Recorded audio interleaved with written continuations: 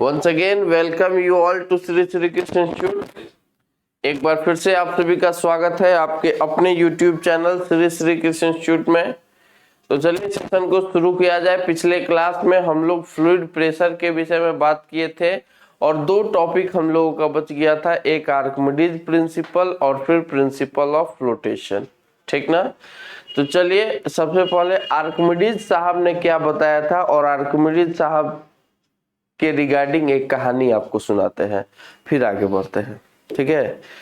देखिए, जिस तरह से हम लोगों के देश में बीरबल और तेनालीरामन का किस्सा फेमस हुआ करता है कि अकबर ऐसा बात कह दिए तो बीरबल उसका जवाब इस तरह से दिए। अकबर कोई भी उटपटांग बात बोलते थे तो बीरबल उसका माने सटीक जवाब दे देना। ठीक है। तो बीरबल और तेनालीरामन का किस्सा जिस तरह से हम लोगों के देश में प्रसिद्ध है, उसी तरह से ग्रीक में कौन थे? आर्किमिडीज साहब थे। जैसे पहले राजा लोग क्या करता था, जब राजकोष खाली हो जाता था तो उसको भरने का उपाय लगाता था। लोग अलग अलग तरह का मुश्किल मुश्किल सवाल डाल देता था, ऐसा जिसको सॉल्व ही नहीं किया जा सकता है। और कहा जाता था कि हाँ, इसको जो भी सॉल्व कर देगा उसको राजकोष का आधा धन दे दिया जाएगा। नॉर्मली उस समय राजकोष खाली रहता था, तो खाली है तो आधा धन दिया कैसे जाएगा? 10 रुपये है, कहेंगे आधा पूरा आधा पैसा दे देंगे। आपको तो पता नहीं है कि 10 रुपया है, आप सोच रहे हैं कि राजकोष है मैंने भरा हुआ होगा, है ना। उसी तरह से हम लोगों के देश में जो है एक बार जो है एक राजा जो है क्या कह दिए कि जो छत पर अनाज उपजा देगा, महल के छत पे, राजमहल के छत पे जो अनाज उपजा देगा उसको राजकोष का आधा धन जो है दे दिया जाएगा। सारा लोग आया बारी बारी से, नीचे से जमीन से मिट्टी खोद के ले जाके छत पे रखता था और जो है उस पर अनाज उपजाने का प्रयास करता था। कोई एक बार प्रयास किया गया, हर बार के प्रयास के बाद ये सफलता और वो जो है असफल रहे। अब जाहिर सी बात है कि मिट्टी नीचे से लेके जाइए छत पर रखिए और उसके बाद जो है उस पर गेहूं चावल थोड़े आप उपजा सकते हैं, नहीं उपजा सकते हैं। तो सारा लोग फेल कर गया। कंडीशन क्या था? कंडीशन ये था कि पहले इसमें अपीयर होने के लिए आपको अपना आधा धन जमा करना पड़ेगा। ठीक है। अब अपना लोग आधा धन जमा करता था, अब प्रयास करता था, और होता नहीं था तो बेचारे को धन छोड़ के जाना पड़ता था। उसी तरह से क्या हुआ, तेनालीरामन आए और कहे कि हम जो है अनाज उपजा देंगे, और कहे कि ठीक है उपजाइए। तो लगे छत पे हल चलाने, छत पे हल चलाने लगे, छत जो है टूट टूट के नीचे गिरने लगा। वो समझ रहे कि पैसा वसूली का तरीका है। छत जो है टूट टूट के नीचे गिरने लगा। तो टूट टूट के जब नीचे गिरने लगा तो क्या हुआ, राजा मंत्री सब लोग जो है दौड़ के ऊपर गया। अरे ये क्या कर रहे हैं, छत क्यों तोड़ रहे हैं? तो कह रहे राजा साहब छत थोड़े तोड़ रहे हैं, आप नहीं जानते हैं कि खेती करने से पहले हल चलाया जाता है, जमीन को सॉफ्ट बनाया जाता है। तो हम इस जमीन को सॉफ्ट बना रहे हैं जहां पर खेती करना है। हम तब तक ये हल चलाते रहेंगे जब तक कि जमीन एकदम सॉफ्ट ना हो जाए, माने जब तक कि छत टूट ना जाए। तो राजमहल का लोग हाथ जोड़ने लगे, ना छोड़ दीजिए छोड़ दीजिए। तो फिर उनको कुछ इनाम देके भेज दिया गया। उसी तरह ग्रीक में थे आर्किमिडीज, जिनका प्रिंसिपल आज हम लोग पढ़ने वाले हैं। आर्किमिडीज उस देश के राजा जो है दो मुकुट बनवाए, एक सोना का मुकुट, एक मोम का मुकुट।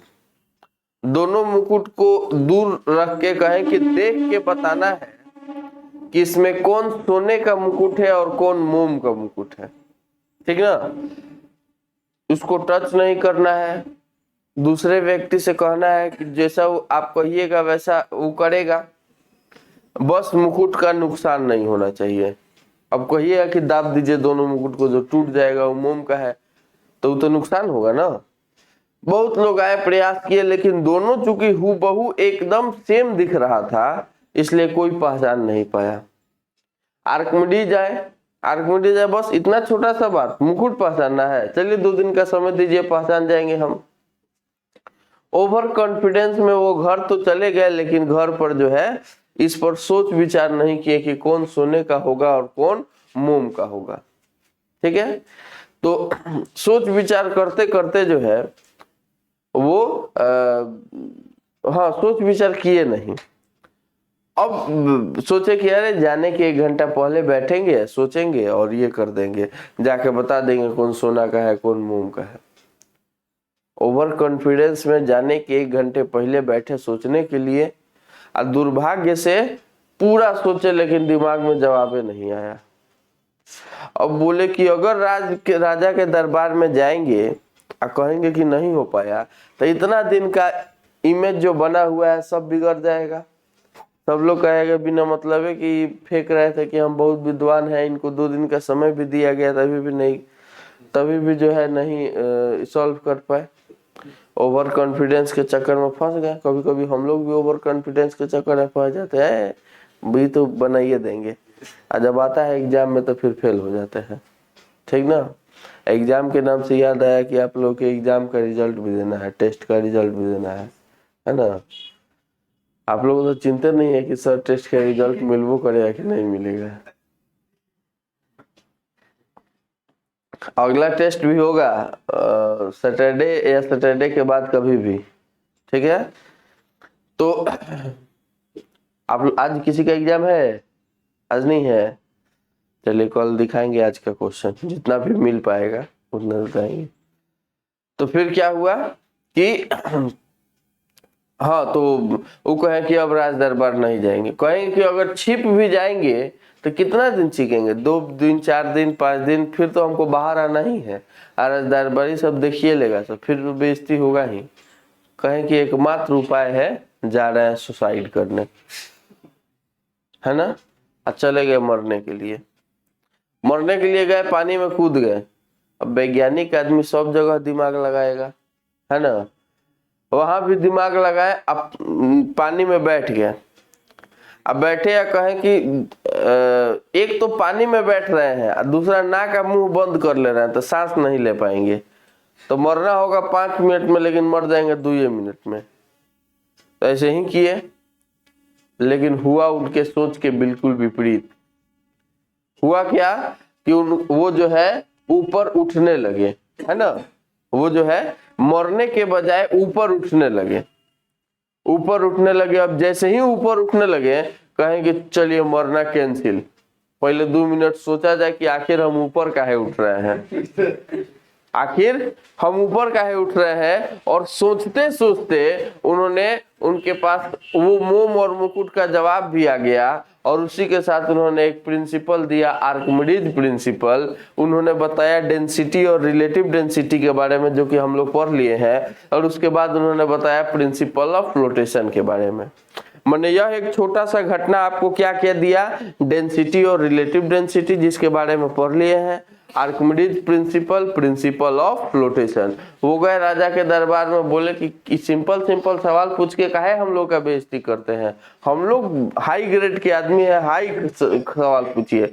दोनों को पानी में डालिए, जो डूब जाएगा सोना का है, जो तैरेगा वो मोम का है।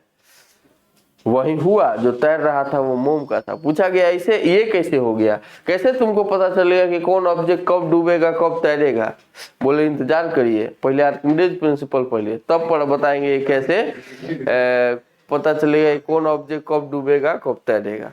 ठीक है। आर्किमिडीज प्रिंसिपल में देखिए आर्किमिडीज क्या बताया।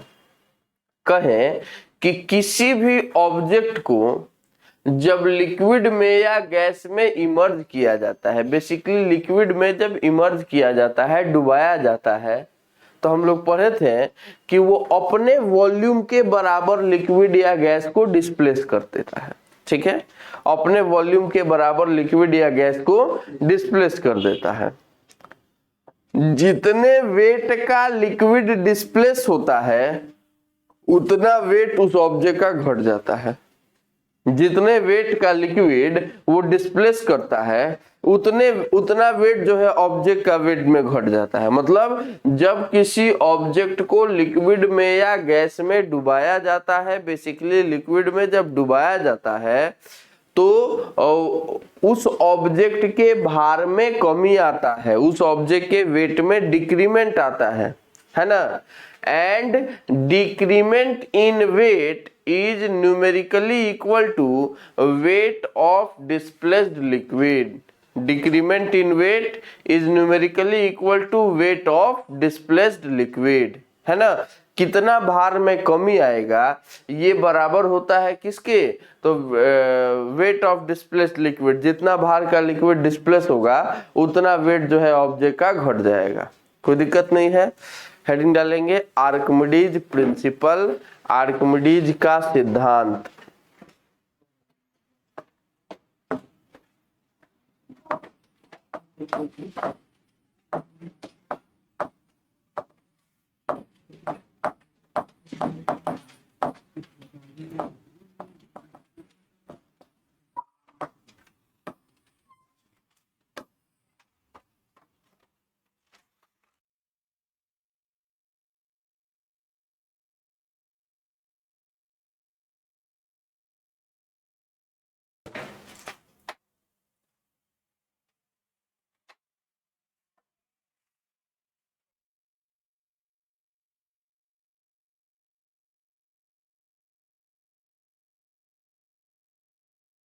An object,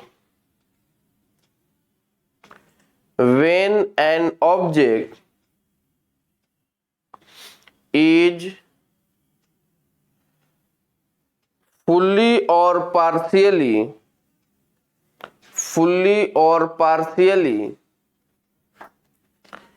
immersed inside liquid,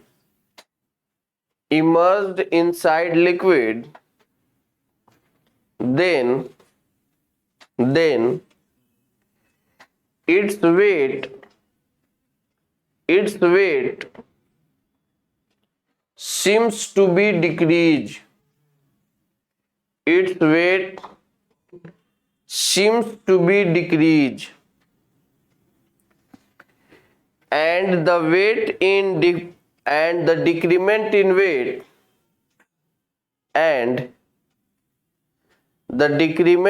weight is numerically equal to weight of displaced liquid,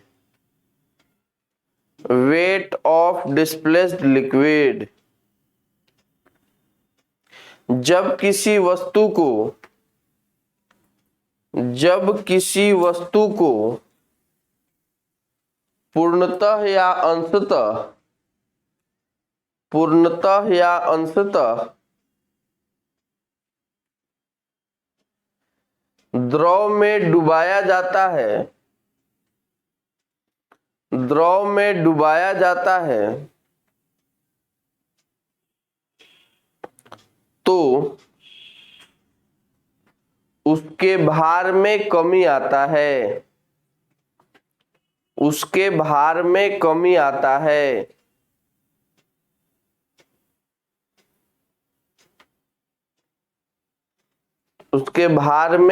आता है।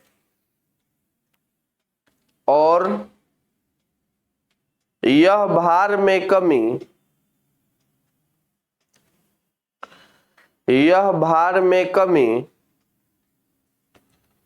वस्तु द्वारा विस्थापित द्रव के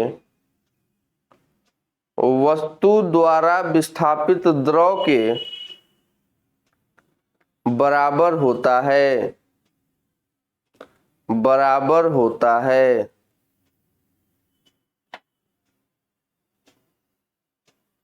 ठीक है, कोई दिक्कत नहीं है। अब इसके बाद है प्रिंसिपल ऑफ फ्लोटेशन माने प्लवन का सिद्धांत। ये बताएगा कि ऑब्जेक्ट कब डूबेगा, कब तैरेगा, कब डूबते हुए तैरेगा। इसके बाद हम लोगों के पास आता है प्रिंसिपल ऑफ फ्लोटेशन, यानी प्लवन का सिद्धांत, जो बताता है कि ऑब्जेक्ट कब तैरेगा, कब डूबेगा, कब डूबते हुए तैरेगा। ठीक है, देखिए क्या कहता है। सबसे पहला बात कहता है कि if density of object is greater then density of fluid, जिस वस्तु को डुबाया जा रहा है उस वस्तु का घनत्व यदि तरल के घनत्व से ज्यादा हो, या weight of object is equal to buoyant force, वस्तु का भार जो है उत्प्लावन बल से अधिक हो। तो भार अधिक होगा तो नीचे की तरफ फोर्स वर्क करेगा, और नीचे की तरफ फोर्स वर्क करेगा तो ऑब्जेक्ट क्या हो जाएगा, सिंक कर जाएगा, डूब जाएगा। कहाँ, तो सिंक एट द बॉटम, यह जो है वस्तु जो है एकदम तल में जाके बैठ जाएगा। ठीक है। दूसरा बात देखिए क्या कह रहा है, दूसरा बात कह रहा है कि यदि if density of object is smaller than density of fluid, यदि वस्तु का घनत्व यदि तरल के घनत्व से कम होगा, या आप कहेंगे wait of object is less than बायोंट force, तब क्या होगा, ऑब्जेक्ट जो है तैरेगा यानी फ्लोट करेगा। कहाँ, तो एट द सरफेस, कहाँ तैरेगा, तो सरफेस पर तैरेगा, कहाँ, सरफेस ऑफ वाटर पर तैरेगा। ठीक है। तीसरा बात क्या कह रहा है, तीसरा बात कह रहा है कि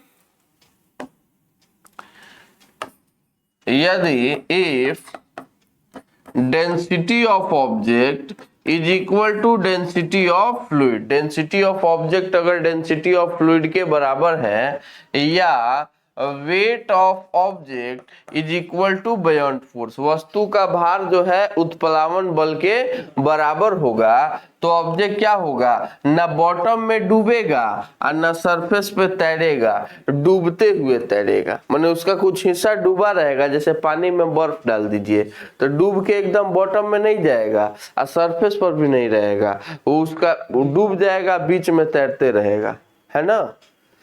कोल्ड ड्रिंक में बर्फ डाल के पिए हैं तो क्या होता है, एकदम नीचे चल जाता है, ऊपर में रहता है, नहीं मिडिल में रहता है ना। जो आप टाइटैनिक का जो एक्सीडेंट सुने हैं वो इसी ग्लेशियर के कारण, बर्फ रूपी एक चट्टान जो है तैरते हुए आ रहा था, ऊपर तैरता तो दिखाई देता, अब बॉटम में भी नहीं बैठा था, वो नीचे नीचे तैर रहा था, पायलट को दिखाई नहीं दिया, जाके लड़ा दिया उसी में, है ना। और देखिए कितना विशाल विशाल बर्फ का टुकड़ा होता है कि उतना बड़ा टाइटैनिक जहाज टूटा, टकराया तो जहाज तहस नहस हो गया, बर्फ कुछ नहीं हुआ। बर्फ को भी थोड़ा बहुत हुआ होगा, बनाने वाला कॉन्फिडेंस है, कभी टूटेगा बनाने, हाँ बिल्कुल। तो ये क्या होगा, तो फ्लोट विथ सिंकिंग, डूबते हुए ये तैरेगा। ये हो गया हम लोगों का प्रिंसिपल ऑफ फ्लोटेशन का कंसेप्ट। आगे बढ़े, इसको तो आप नोट कर लीजिएगा यहां से, है ना।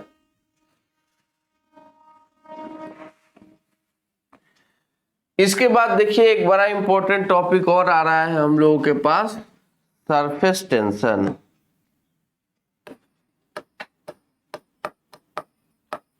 सरफेस टेंशन, देखिए सरफेस टेंशन क्या कहलाता है।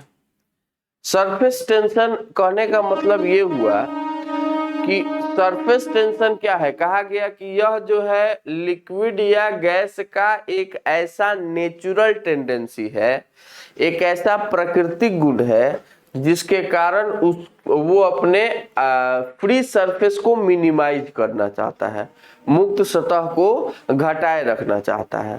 सरफेस टेंशन लिक्विड या गैस का, बेसिकली लिक्विड का एक ऐसा नेचुरल टेंडेंसी है, एक ऐसा प्राकृतिक गुण है जिसके कारण वो अपने फ्री सरफेस को मिनिमाइज करता है, मुक्त सतह को घटाए रखना चाहता है। कोई दिक्कत नहीं है। तो देखिए इसमें कह दिया गया कि सरफेस टेंशन क्या है, तो कहा गया कि it is the natural tendency of a liquid due to which it minimize its free surface area. यह अपने फ्री सरफेस एरिया को घटाए रखना चाहता है। ठीक है, numerically force per unit length क्या होता है, सरफेस टेंशन के बराबर होता है। यानी फ्री सरफेस के यूनिट लेंथ पे जितना फोर्स वर्क करता है उसी को क्या कहेंगे, सरफेस टेंशन कहेंगे। ठीक ना, इससे आप इसका एसआई यूनिट लिख सकते हैं। इसका एसआई यूनिट क्या होता है, तो इसका एसआई यूनिट होता है न्यूटन पर मीटर। इसका डायमेंशन अगर आप लिखना चाहते हैं तो डायमेंशन भी लिख सकते हैं। फोर्स का dimension ml t to the power -2, length का l तो ml0 t to the power -2, ये हो गया सरफेस टेंशन का डायमेंशन। आया समझ में। सरफेस टेंशन किस किस चीजों पर निर्भर करता है, सरफेस टेंशन जो है किस किस चीजों पर निर्भर करता है, या सरफेस टेंशन का सबसे पहला कारण क्या है। सरफेस टेंशन का कारण होता है कोहेसिव फोर्स, ससंजक बल। सरफेस टेंशन का बेसिक कारण क्या होता है, ससंजक बल यानी कोहेसिव फोर्स। फ्रिस अपना एरिया को मिनिमाइज करने का क्या टेंडेंसी हो सकता है, जैसे ये तीन जो है अपने पास बैठे हैं, एक पास बैठे हैं, और एक पास बैठने का टेंडेंसी क्या हो सकता है, और एक पास बैठने का टेंडेंसी हो सकता है कि बीच वाला दोनों को अपने तरफ खींचे, या एक ही मॉलिक्यूल दूसरे मॉलिक्यूल को खींचे। तो ये क्या है, यह कौन सा फोर्स है, कोहेसिव है कि एडहेसिव है, कोहेसिव है ना। अब कोई बाहर से आपको बुला रहा है तो बाहर का मॉलिक्यूल माने दूसरे ऑब्जेक्ट का मॉलिक्यूल बुलाएगा तो इसको उठ के जाना पड़ेगा। तो सरफेस टेंशन जो है एरिया घट नहीं रहा है, बढ़ रहा है, बढ़ रहा है तो सरफेस टेंशन घटेगा, है ना। तो कहा गया कि यह बाहर से माने एडहेसिव फोर्स के कारण सरफेस टेंशन नहीं घटता है। माने बेसिक कारण सरफेस टेंशन का क्या है, कोहेसिव फोर्स, ससंजक बल। ठीक है, तो कह दिया गया इसमें कि कोहेसिव फोर्स यानी ससंजक बल is the root cause of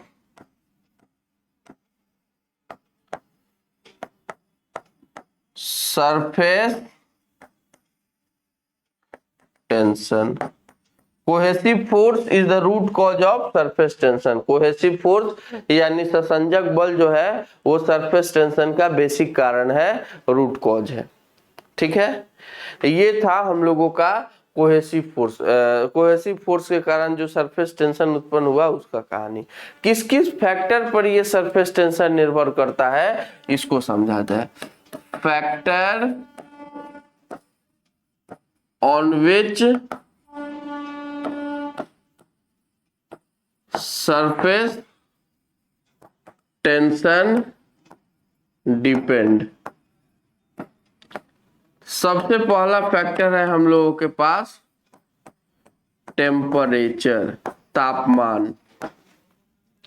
आप बताइए टेम्परेचर बढ़ेगा तो अभी जो थोड़ा देर पहले बात कर रहे थे कि आप लोग नजदीक आइएगा, तो क्या तापमान बढ़ेगा तो भी नजदीक नजदीक आना पसंद करिएगा, तब कोई थोड़ा सा भी सटेगा कहे दूर रहो, है ना, गर्मी लग रहा है। माने तापमान बढ़ेगा तो आप दूर रहना पसंद करिएगा, दूर रहना पसंद करिएगा, माने सरफेस टेंशन घट रहा है। सरफेस टेंशन बढ़ रहा है, इसका पहचान क्या कि पार्टिकल नजदीक है ना। तो कह दिया गया कि टेम्परेचर अगर बढ़ेगा तो सरफेस टेंशन घटेगा, टेम्परेचर अगर घटेगा तो सरफेस टेंशन बढ़ेगा। अब कहिएगा कि सर क्या इसके इनवर्सली प्रोपोर्शनल कह सकते हैं, तो नहीं कह सकते हैं, है ना। काहे नहीं कह सकते हैं, टेम्परेचर बढ़ेगा तो सरफेस टेंशन घटेगा, क्लियर है। टेम्परेचर डबल होगा, इनवर्सली प्रोपोर्शनल में क्या होता है, एक डबल तो दूसरा आधा, तो टेम्परेचर डबल तो सरफेस टेंशन घटेगा जरूर, लेकिन आधा होगा इस बात का गारंटी नहीं है, ठीक ना। इसलिए टेम्परेचर बढ़ेगा तो सरफेस टेंशन घटेगा, टेम्परेचर घटेगा तो सरफेस टेंशन बढ़ेगा, ठीक है। दूसरा फैक्टर है क्या है, तो दूसरा फैक्टर है नेचर ऑफ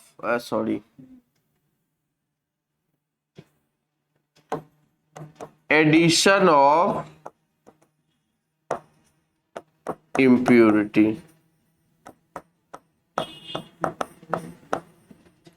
माने लिक्विड है, उसमें अगर कुछ इम्प्योरिटी मिला दीजिएगा तो भी सरफेस टेंशन प्रभावित हो सकता है।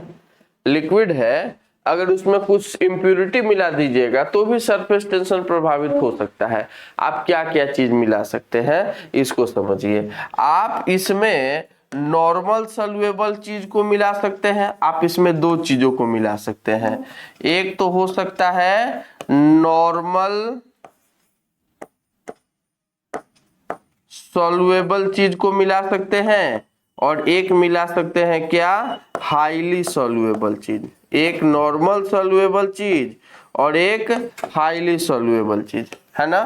तो देखिए नॉर्मल सॉल्युएबल चीज के विषय में अगर बात किया जाए तो नॉर्मल सॉल्युएबल जैसे नॉर्मल सॉल्युएबल जैसे फेनॉल हो गया, अल्कोहल हो गया, है ना। फेनॉल या अल्कोहल जैसे फेनॉल या अल्कोहल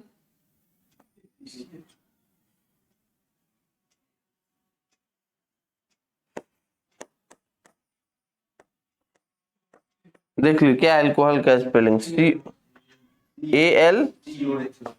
CALCOHOL। अल्कोहल चीज, इसमें हाईली सॉल्युएबल माने NaCl आप मिला सकते हैं, आप जो है ZnSO4 मिला सकते हैं, HCl मिला सकते हैं, है ना। अब तो इसको समझने के लिए कोई एग्जांपल से समझाते हैं। अभी जो है सब लोग जो है पटना में रह रहा है, तो ऐसा तो नहीं सबके पास अपना मोटरसाइकिल या साइकिल होगा। अधिकांश लोग जो है ऑटो में सफर करते हैं, है ना। तो ऑटो में सफर करते हैं तो एगो बड़ा खास ऑब्जर्वेशन आप देखिएगा। जैसे नॉर्मली हम लोग मान लीजिए 3 आदमी जा रहे हैं लोग ऑटो से घूमने के लिए, ठीक है। ऑटो वाला जब तक 4 को बैठाता नहीं है तब तक आगे बढ़ता नहीं है ना। तो 3 आदमी आप एकदम फैल से बैठे हैं, तब तक एगो उधर से नॉर्मल सॉल्युएबल चीज आ रहा है। नॉर्मल सॉल्युएबल माने कोनो लड़का आ रहा है, ठीक है। तो आप उसको उतना बढ़िया जगह दीजिएगा बैठने के लिए, नहीं दीजिएगा। वो आएगा बेचारा, वो आप पहले से भी फैल के बैठ जाइएगा और फैल के बैठ जाइएगा कि वो आके बैठबे नहीं करे। आप फैल के बैठ जाइएगा कि वो आके बैठबे नहीं करे। माने फैल के बैठ जाइएगा माने क्या, सरफेस टेंशन क्या बढ़ जाएगा, फैल जाएगा तो माने सरफेस टेंशन घट गया। तो नॉर्मल सॉल्युएबल चीज को जब मिलाइएगा तो सरफेस टेंशन का हो जाएगा, डिक्रीज हो जाएगा। डिक्रीज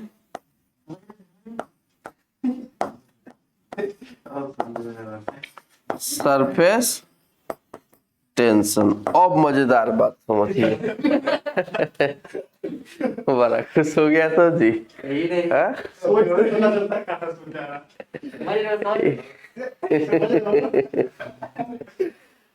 हाँ, तो नॉर्मल सॉल्युएबल चीज पे क्या था, एकदम तीनों दोस्त जो है फैल के बैठ गया, ठीक है। अब उधर से हाईली सॉल्युएबल चीज आ रहा है ना। हाईली सॉल्युएबल चीज आएगा, जिधर से हाईली सॉल्युएबल चीज आएगा उधर वाला मॉलिक्यूल देख के मंद मंद मुस्कुराएगा, है ना।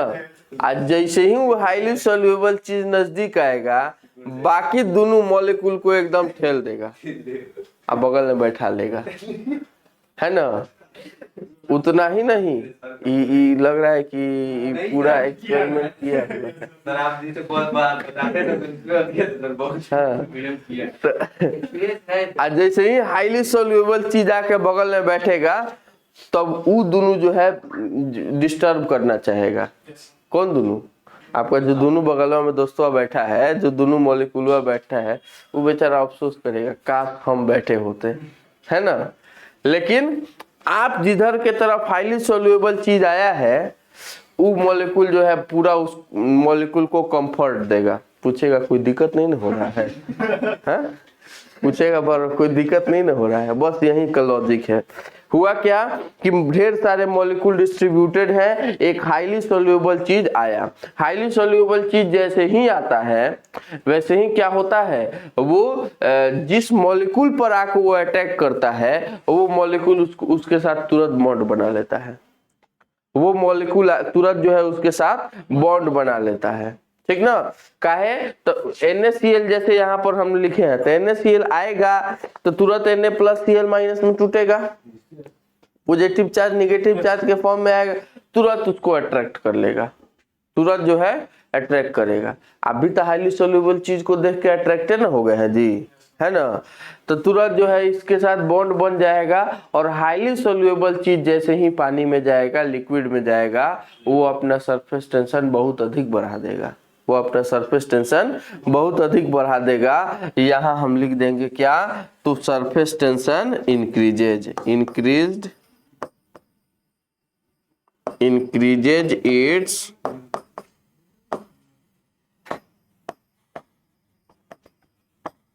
Surface tension. ठीक है, ये था पूरे के पूरे सरफेस टेंशन का कहानी।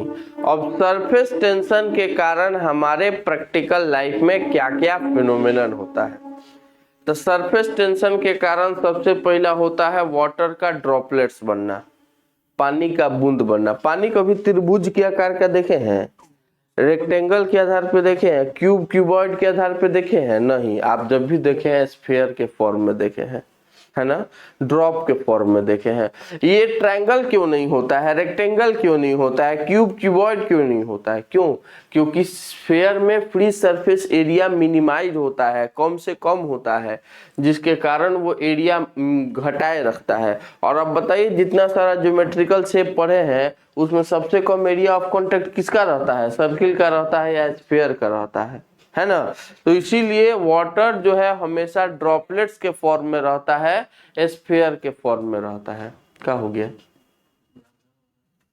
इतना तेजी में हम बोल रहे हैं उसका इफेक्ट नहीं, ढप ढप धीरे धीरे आवाज हो रहा है, वो तुमको अप्रभावित कर दिया।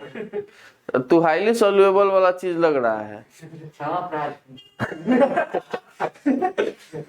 अपने तू ज्ञान देता है, तू नहीं बंदी महासुख होई, तू इधर उधर ध्यान दे रहा है। चलिए, तो कहाँ थे, सरफेस टेंशन। हाँ, जब हम लोग नहाते हैं लोग, तो नहाने के साथ हम लोगों का बाल जो है चिपक जाता है। कोई ठंडा के दिन में तो नहाइबे नहीं करते हैं लोग, है ना।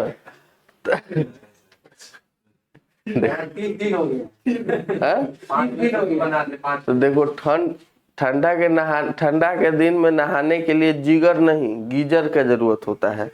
यहाँ पर बेचारा तू हम लोग के पास, तो तुम लोग के पास कहाँ है गीजर है?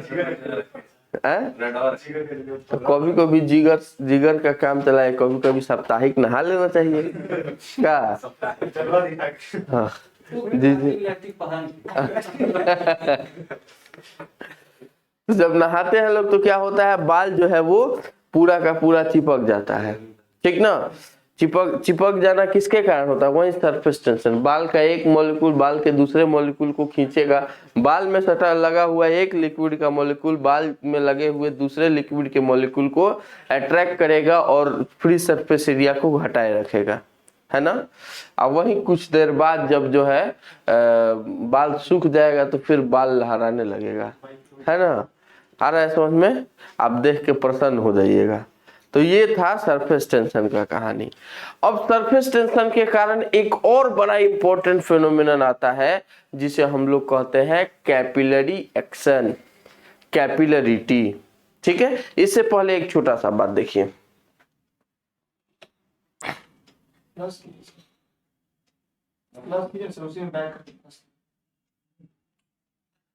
तो अब देखिए, इसके बाद देखिए क्या कह रहा है, कहता है सरफेस टेंशन, जैसे हमने कहा कि ये लिक्विड ड्रॉप है, ठीक है, लिक्विड ड्रॉप है। अभी कहा गया कि सरफेस टेंशन के कारण ही लिक्विड ड्रॉप का फॉर्मेशन होता है। लिक्विड ड्रॉप पर दोनों तरफ से प्रेशर लग रहा है, अंदर से प्रेशर लग रहा है PI, अब बाहर से प्रेशर लग रहा है PU। कहता है इसमें कि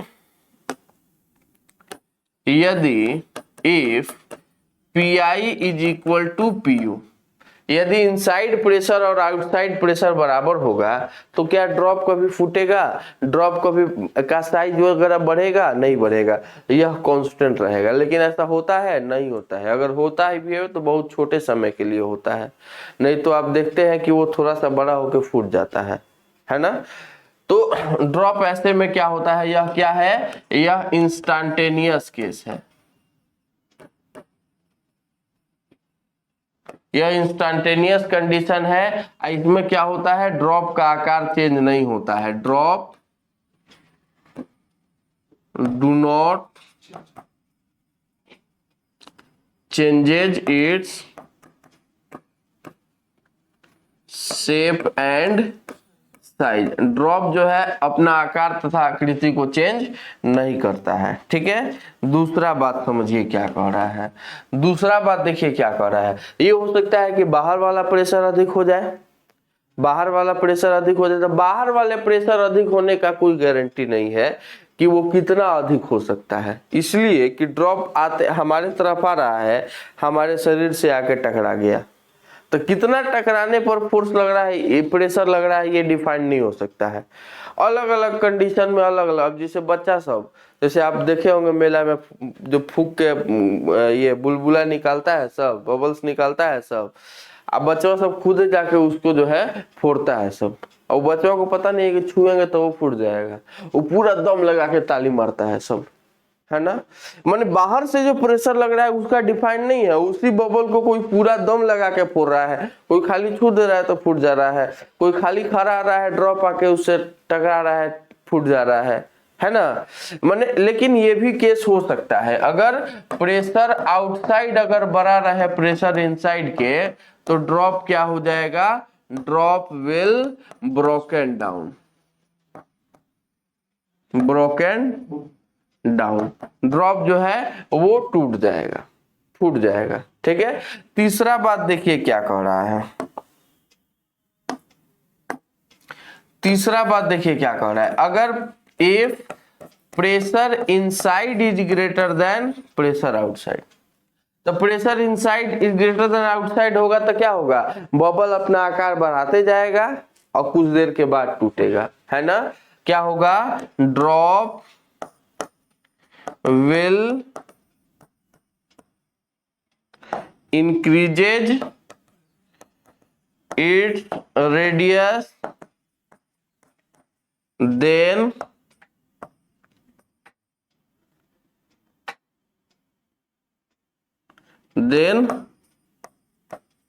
burst, तब जो है फूट जाएगा।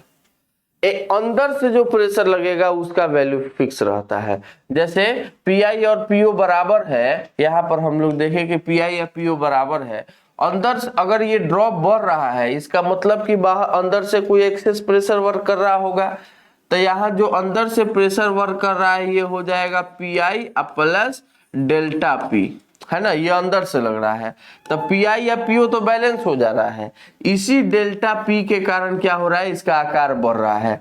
इस डेल्टा P को हम लोग क्या कहते हैं, इस डेल्टा P को कहते हैं हम लोग एक्सेस प्रेशर, है ना। इस एक्सेस प्रेशर डेल्टा P का वैल्यू क्या होगा, 2T/R होगा। इस एक्सेस प्रेशर डेल्टा P का वैल्यू क्या हो जाएगा, 2T/R होगा, जहां T सरफेस टेंशन, R जो है रेडियस ऑफ बबल हो जाएगा, T सरफेस टेंशन, R जो है रेडियस ऑफ बबल हो जाएगा। ये किसके लिए, तो ये है वाटर बबल के लिए, ये किसके लिए है, तो ये है फॉर वाटर बबल। अब वाटर बबल के अलावा यहां अगर सोप बबल रहता तो for soap bubble, soap bubble के लिए क्या हो जाएगा, सोप बबल में देखिए दो सरफेस बनता है, एक वाटर लिक्विड का सरफेस और दूसरा सोप का सरफेस, तो सोप के सरफेस पे भी लगेगा 2T/R, अब वाटर के सरफेस पे भी लगेगा 2T/R, मतलब रिजल्ट के तौर पे आपके पास क्या हो जाएगा, तो रिजल्ट के तौर पे हो जाएगा डेल्टा P बराबर हो जाएगा कितना, 4T/R। ये दोनों चीज एग्जाम में अक्सर पूछता है, 2T/R और 4T/R पर, कोई दिक्कत।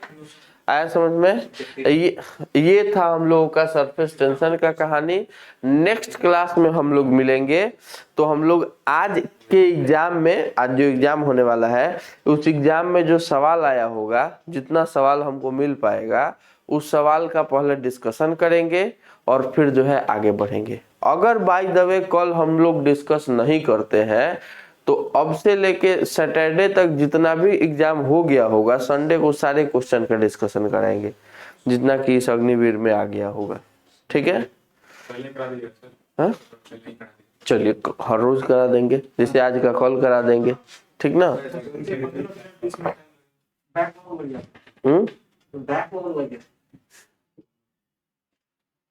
चलिए फिर मिला जाएगा नेक्स्ट क्लास में।